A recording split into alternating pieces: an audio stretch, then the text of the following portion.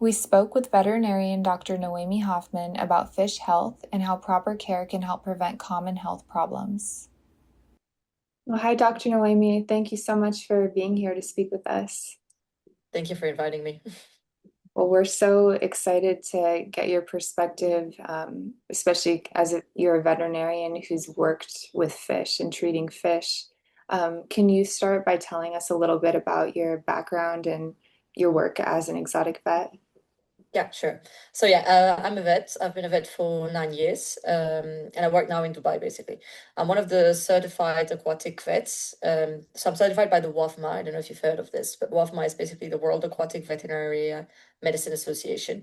It's one of the few certifications that exist on the planet to kind of like give credibility, I would say, to people that have had experience with aquatic animals. So we have to actually show that we have had experience, that we've bred up, that we've done training, etc., in those species to be able to get those certifications. So I'm accredited by the WAVMA, and then I've had experience when it comes to exotic animals as pets, and I've also had experience when it comes to wildlife species, so a bit more other exotics like the elephants and the lions and those kind of things that you do not want to have as a pet. So basically here in Dubai, I work with essentially companion animals, and then companion animals, I see a lot of different exotic species here in Dubai, and I do see fish too. So yeah, that's my interesting part. Yeah, it's super important because exotic animals like are often seen sort of as unfortunately like lower maintenance pets or Yes. easy beginner kind of pets, but it's obviously that's not the case at all. And Yeah, also, sure. And yeah, fish are like one of the highest on that list, definitely. So it's super important to have those kind of talks because a lot of these guys are just suffering or dying, and it's a massive issue. So we have to talk about it. oh yeah, yeah. Yeah. I know Sophie has some questions about your work as a vet. Mhm. Yeah, so when it comes to betta fish specifically, what are the most common health issues you see? So the most common health issues I see are actually not really health issues when you think of it. It's actually just consequences of bad husbandry and nutrition. So it's water quality related. Like I would say 90+% of the cases that I see is water quality related. And then the rest could also like be linked to nutrition. There's a lot of different pellets basically that I've seen that are being sold on the market, even kind of being marketed as betta fish food. And that I actually, when you go in the inside of it, you see that it's kind of a bit crap when it comes to the quality of the pellets. I can see that they're like sometimes you find only like vegetable kind of protein inside of it, nothing like meat related or something, while these guys need a bit of both. Mhm. So yeah, nutrition is also a big issue, but probably the biggest problem I see is the water quality. If you get bad water quality, you end up having all of the different diseases that come as a consequence of it. So in betta fish, the massive ones I see would be buoyancy issues. So when we talk about buoyancy, it's basically you have an animal's able to stay kind of like stable in the water and control if they want to go up or down. If they have buoyancy issues, they can be positively buoyant, which means that they tend to float, or they can be negatively buoyant, which means that they tend to sink. And in bedders, I kind of tend to see those kind of issues quite a lot. And that is often linked actually to the consequence of the bad water quality. And then you have other things. So dropsy. Dropsy, for example, is a thing that people think is one disease, but it's not at all one disease. It's called a syndrome. So it's just a consequence of multiple diseases, but that can kind of give you that one disease that people think they see. So Mhm. online, I often see people, oh, it's dropsy, it's going to die, there's nothing to do. I see it in so many different fish, I see those comments all the time. And I'm like, well, dropsy is not one thing. Dropsy can be, they can be actually floating and look kind of bloated and look kind of those like those small little balloons with a pine coning. That's kind of like typical.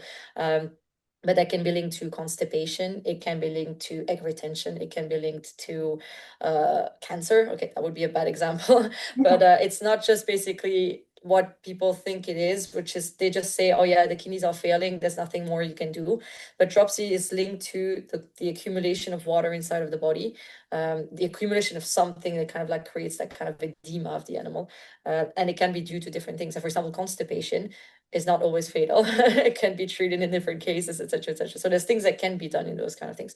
But usually when you have good water quality, you don't tend to have those kind of big issues. Of course, you can't prevent that accidents can happen and that they can get sick anyway, but massive amounts of these diseases are really linked to the water quality. Um, And I want to say else, yeah, so basically water quality, ammonia toxicities, nitrite toxicities. I don't know if you guys talked a bit about the water cycle and everything, but thermal problems, because people might keep them actually in tanks that are not necessarily adapted to their temperature. They kind of tend to like to be around 24, 28 degrees Celsius. I don't know if you guys do Celsius or Fahrenheit. I can't do Fahrenheit, so you have to calculate this for me.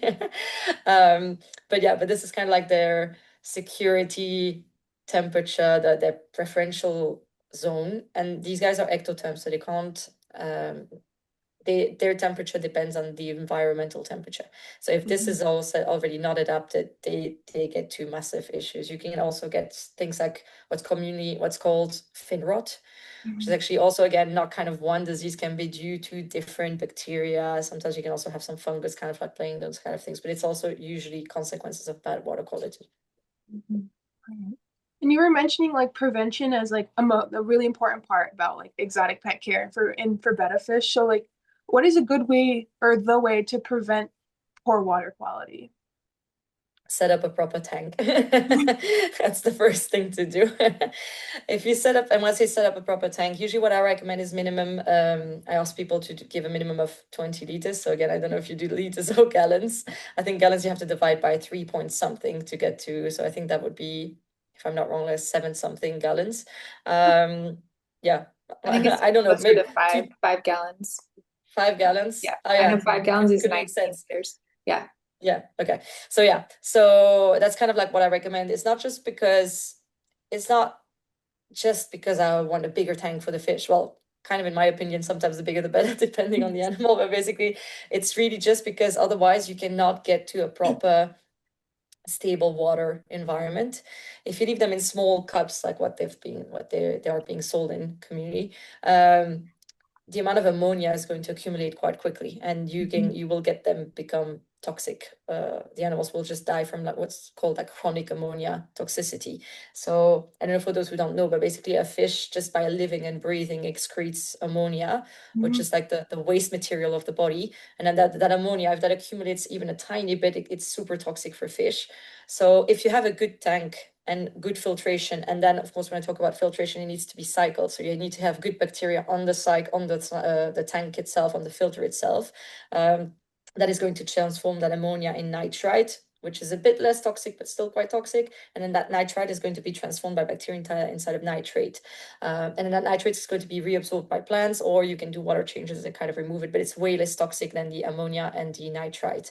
And we see so many different issues because people, they end up buying those fish, and then they look okay for a few weeks, and then they end up becoming sick and dying because it's that ammonia accumulation that basically becomes toxic at some point, and it destroys their immune system, etc., etc. So if you want to do preventative care, it's basically just like really set up a proper tank, make sure that you have the temperature that's needed for those betta fish. Make sure that you have cycled your tank, because if you just set up your tank and you put a filter in, what a lot of people do, they don't necessarily realize that you do not have those good bacteria on the filter itself if you buy a new filter and you put it in. So the ammonia cannot be transformed in those less toxic forms for the fish, and then they will suffer from it. They are not really good at showing symptoms. They show symptoms because people kind of like miss it, but you can see that sometimes they start breathing way quicker than what they're supposed to. They can look a bit more swollen. They can look a bit more skinny. There's a lot of different things. You can start to have some lesions on the fins. So they show symptoms. It's just not as obvious as what people would expect if they see a cat or a dog. So yeah, set up that proper tank. Make sure that you have cycled your filter.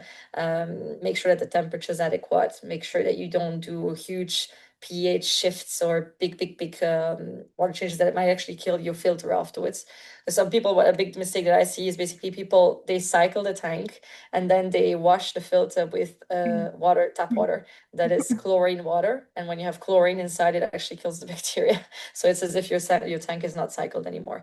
So yeah, biggest thing prevention like is setting up a proper tank, because that is really what is going to prevent you from having big issues afterwards that usually arrive after a few weeks / if you're lucky, a bit of like a few months afterwards. And then people kind of have this idea of like, oh yeah, like my betta fish, he was old, he was like 1 year. And then you're like, Yeah. that's not true. So yeah, but that's what they have in mind because they've seen a lot of fish. I myself have had fish as a child. I got them as a birthday present. They died after a few days, and then people are like, it's fine. It's what fish do. We'll buy new ones. So it's not necessarily that people like obviously want to do wrong. It's just that they are not informed about it. And yeah, you go to pet shops, you just see them everywhere. Like, oh, they're cute. You want a fish? Just buy a fish. And yeah, it's not just Betta. You see the goldfish in the bowl, and it's the common thing that people still buy. And then they're like, oh, my goldfish was old. He was like 5, and I was like, yeah, they can live to like 30 years. And they're like, oh wow. So yeah, prevention is water quality, absolutely water quality. And then nutrition wise, make sure that you give the proper good quality pellets for the betta fish themselves. You can also add some brine shrimp, some daphnia, etc., etc. But make sure that you give some proper nutrition in there because that also plays a lot on their health. So having a stable tank environment is going to prevent a lot of the cases that you actually end up seeing in your Yeah. work. And when I say like a lot, it is a lot. I think that I'm not exaggerating if I say that 90 plus 95% maybe of the cases that I see are actually tanks that were never cycled, or the temperature is not stable, or yeah, the filters have been washed with tap water, but mostly it is basically the tanks have not been cycled. So people need to really understand that a fish, you have to prepare that weeks in advance before you get a fish. It's not just you go to the pet shop, you get an aquarium, you get a filter, and you throw everything in the same day. That's just not possible because the fish is going to pass. Yeah. Well, you as a vet too, I mean, you have a unique perspective because you know that the people that are taking their fish to the vet love their fish. Yeah. I mean, people don't, it's not even a common thing to take a fish to a vet. So Yeah. I think you have a really compassionate approach where it's just a lack of proper education and awareness about how to care for these animals. Yeah. And then also, like, yeah, the people that basically bring the fish, of course, like they're ready to pay a consult. A lot of people then they come with the argument, even vets, I've heard vets say it. They're like, why would you treat a fish? You can buy a new one for very cheap in a pet shop. So it's an emotional perception. It's how do you call it again? Like cognitive dissonance. So basically there's a detachment of, because we can't read their faces and because we don't 100% get really attached to them necessarily, like with cats or dogs. If people see a cat suffering in a street cat, for example, they will be like, oh my goodness, we need to save it. That's kind of an argument I used against the vet. He was like, why would you treat the fish? You can buy another one for free. And I was like, yeah, well, the cat that you're treating right now, you can get another one for free in the streets. That doesn't, why are you treating cats then? If you start with that kind of argument, it doesn't. And it has been shown, it has been proven multiple times that fish feel pain in the scientific literature. This is not something that people doubt anymore. People that read scientific articles know that this is not something you should doubt anymore. They show pain. But even the studies when it comes to actually handling the pain of the fish are not that widespread, because it's basically we study a lot of how to deal with pain of cats and dogs and then even other exotic species, but the fish are really kind of really low in the list. I actually saw numbers lately. It's when you look at pain management in rats knowing that they've been used in lab work so much, there's a lot of research on how to handle pain in rats, but fish are actually massively used in lab work too. And when you look at the arguments of like how to handle pain in fish, so we don't even know necessarily what kind of morphine can we use, what dosages should we use in different species, etc. It's actually not that studied at all. We have a few articles here and there, but that really shows it's not necessarily just the fact that people do not have fish, because fish are some of the most widespread pets on the planet, and they are super widespreadly used in lab works. It's just that basically we kind of have in our minds that fish, they don't need to be cared for, they don't need to get access to vet care. Even online, I've shared multiple things online. I've had a lot of comments of people being like, well, who cares, it's a fish. And it is annoying. Because when you know that they can suffer, and when the whole thing, and then they're just dying from different preventable things, and then you see that kind of attitude, it's like, well, we need to absolutely change our attitudes towards these animals. Yeah, absolutely. And you kind of touched on this, but I wanted to go back to it because in the United States, like they're commonly sold in these tiny plastic cups. I know you're in Dubai, so I don't know if it's similar there, It's the but same. it's the same. Yeah. Yeah, Like, what are your perspectives? Because people will make the argument that it's temporary, so maybe it's 1 week, could also be 3 months, right? That they're in these yeah. tiny cups. What are your perspectives as a vet on that? You know, pet shop wise, even temporarily, basically, even if you leave them a few days slash weeks slash months slash you don't know how long it becomes in the pet shops, and they also don't necessarily keep track. Um, it's already too much. Like I said, basically they excrete ammonia all the time. And the thing is, you have two kind of forms of ammonia toxicities. You have like an acute ammonia toxicity where you would have a massive amount of ammonia and then you kind of like you put a fish in there and it dies quite quickly because you have a lot of ammonia inside of the water. But you also have a chronic exposure of ammonia that then leads to a suppression of the immune system. And that chronic one is basically just a bit of ammonia, a bit of ammonia, a bit of ammonia, a bit of ammonia, which is what happens in the cups if you do not have a filter in place.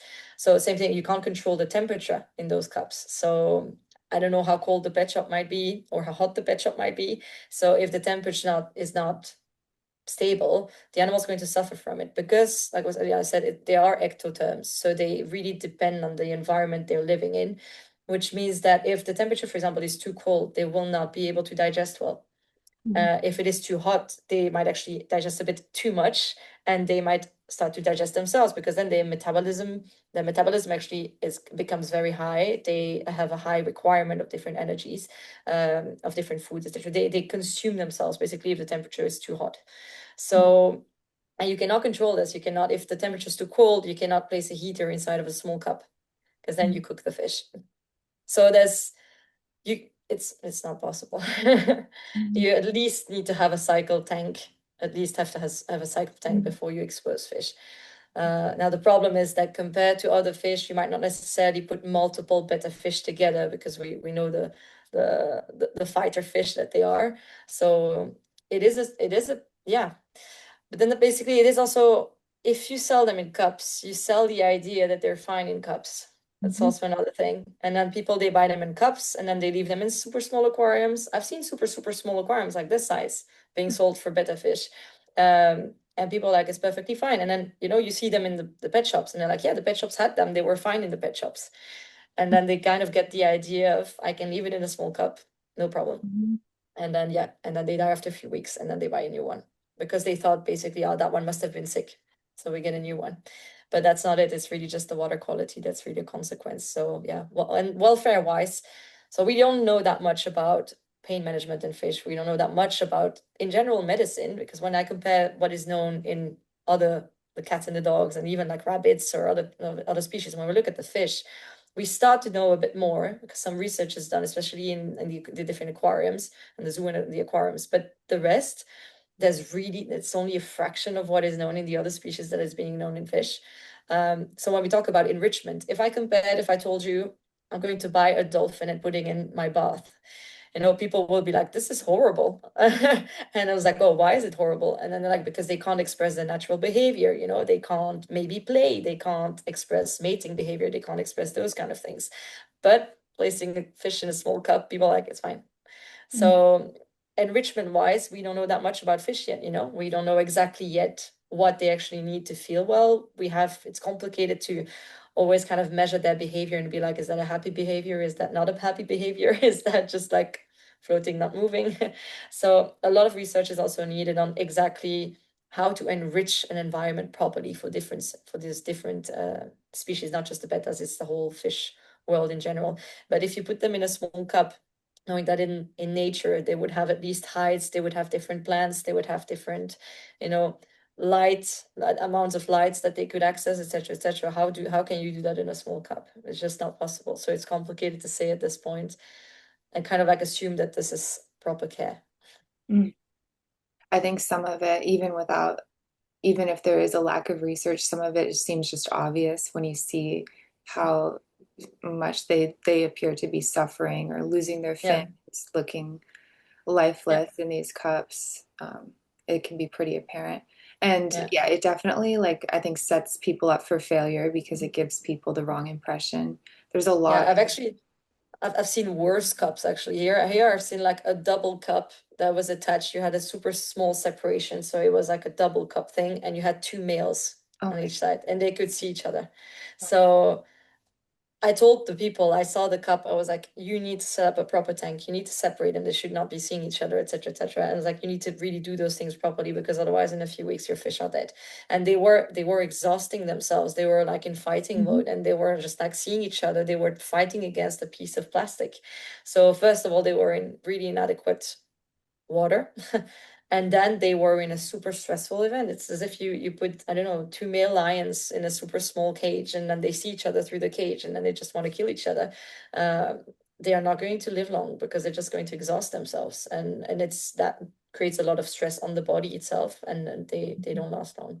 And it is, yeah. And unfortunately, I'm 100% for stricter regulations because people otherwise you can't expect all people to read up and and know about all of the different species. They will just go in pet shops sometimes and just buy them. Like I said, I don't want to blame them all the time because it comes from an idea, the pet shop tells them it's fine, this is how it is, etc., etc. If you don't always like, you kind of get convinced by those kind of things. Myself, like I said, when I was a child, I had fish, I received fish in an aquarium, they died, we bought new ones. You get the idea of like, this is how it is for fish. So but then the problem is that there needs to be bigger legislation because you shouldn't be able to just buy fish like this and then you walk into a pet shop and you get out with a fish. In Belgium, I'm from Belgium actually, and they started to create a legislation where if you want to buy a fish, you have to go the to a different place basically where you have to ask specifically for a document stating that you want to buy an animal from a pet shop, and then you have to go back to the pet shop with the document, and then you get it's completely free. They can get it for free, and then you go to the pet shops and you get your fish. Well, that is a super good idea, but just because most of the people that want to compulsively buy a fish, they get annoyed by the fact that they have to go somewhere and ask for a document and then come back, so they don't buy the fish. Mhm. So, it's those kind of like small little tweaks already are really things that have to be started. But then unfortunately you get into issues where pet shops might not be happy because they're selling the fish and then they lose money selling animals, etc., etc. Yeah, it's a massive problem that has to be addressed. Mhm. And since there's such conflicting information out there and it can be hard to access a fish veterinarian, what do you recommend for someone whose fish seems to be sick and they are looking when advice? Well, absolute first thing to do is if you see that your fish is sick, and that works for any species, you have to test the water quality. And when I talk about testing the water quality, it's not those little strips, because a lot of people have those strips. Those Mhm. strips are actually not accurate when it comes to reading the values. You need to get those liquid tests that actually will give you an idea of how much ammonia, nitrite, nitrate, etc. you will have. If there's any pH fluctuations, you need to check the temperature of your water. Um, Most of the cases, people are like, nothing changed, he's fine, I don't have to test the water because I did everything properly. And then actually most of the cases they tested and then they realized that ammonia came up or nitrite came up, and then you have to do a water change, like a quick water change. So this is already the biggest issue. If you test the water, usually you can kind of like get through a lot of the different problems. Now the thing is, I know aquatic vet medicine is not widespread at all. So I know it's very complicated to get access to a vet, and also vets, we are limited in what we can do through a screen because we don't have the animal. If the animal has skin issues, we usually in clinic we do a skin scrape and we have a look and see if there's any parasites, or if it's mostly bacterial in infections, etc. But basically that we cannot do through a screen. But more and more now vets start to offer online consults.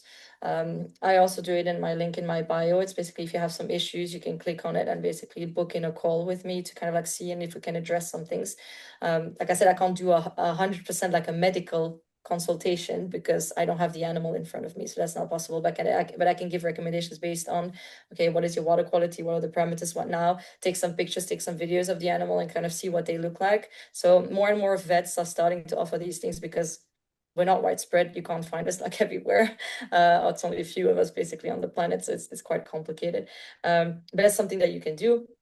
Then the thing is, basically, you can also go to the WAVMA website.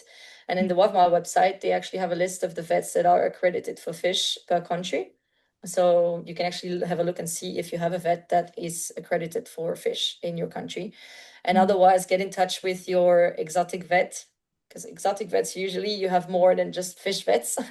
Try to see if they know what to do with the fish, because they might have a base knowledge of fish, and then kind of like to be in touch with them and see what you can do.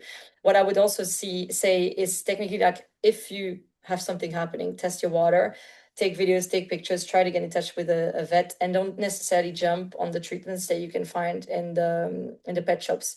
Because actually there's a lot of treatments that are a mix of 10,000 different and antibacterial things, that are a lot of different things that are not necessarily studied, and then you end up kind of like mixing a lot of different things and kind of potentially making it worse.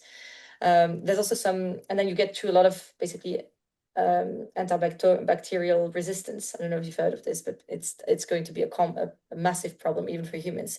It's the overconsumption of antibiotics that then ends up in the inside of the environment, and then you can't treat the bacteria anymore because there's resistance against those antimicrobial medicines. So I wouldn't necessarily jump on those things. And they are also no vets, even though sometimes they look experienced and they kind of like they pretend that they know what they know, and they also sometimes really think that they know quite a lot of different things, but a lot of different things are also not studied in the aquatic vet field. For example, to give you an example, I don't know if you've heard of those quick nitrifying tests. I shared about it not too long ago on social media. Some pet shops, they sell the fish and they sell the aquarium, and they say you don't have to cycle because you can just add that product inside of the water, and it's actually full of good bacteria, and those bacteria are going to go on the filter, and basically you can add your fish the same day. Well, a study came out 2 years ago, and that was the first study done. So there was no study whatsoever really in real conditions testing those products. And a study came out and tested 5 different products. They did not work. So basically they put them in the water, they added ammonia, and then they kind of measured to see if the ammonia would go down. And they had one tank where they did the same, but they did not add any products to see if the ammonia levels would be different. 4 out of 5, if I'm not wrong, did not have any different levels than if you had nothing in the water. And then one had a tiny bit of a decrease, but you did not get to a tank that was cycled. So that doesn't mean that those products initially did not work, but what is suspected is that those products actually might have been on the shelf for a long time. Those bacteria, they have specific conditions that they need to be in, so different temperatures, different light access, and everything that they need to have. And if they've been on a shelf for months, basically they might be already completely dead. So these are things being sold by the pet shops, being like it works, we know it works, and then actually you might actually have no clue and just like buy something that doesn't work. So there's way more research that is needed, but most of the products that you can find in the pet shops are basically like, we've always done it this way, and I've tested this in one condition, so this is probably going to work. And then you end up having a mix up. And then when we see those animals, sometimes they have already tried 10,000 different treatments, and then it's complicated for us to get to a diagnosis because it's already a mix of different things. So do not necessarily jump on those things. Try to get in touch with a vet if you can. Physically is ideal. If you cannot, try to get at least in contact with a vet per call, to see what to do and to kind of like assess and know if there's things that you can buy in the pet shops that could help, or if you can have access to really prescribed medications by a vet in your country. Wow. I mean, thank you so much. You're such a wealth of knowledge. It's amazing. Thank you. Yeah, I think like in your content, because you post on Instagram, I think it really resonates with people because you're meeting a need. Like there's not a lot of information on exotic pet care. Yeah. And Yeah. finding a resource that people can trust is so important. Yeah.